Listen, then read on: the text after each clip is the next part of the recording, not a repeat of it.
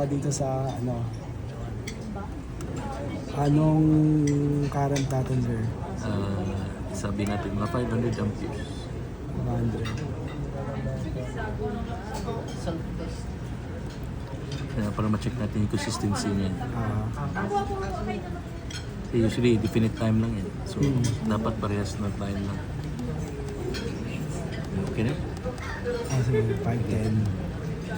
Ayan.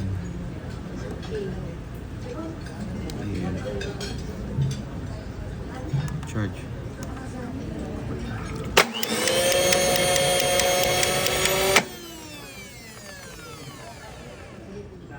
Ilang oras? Siguro 500.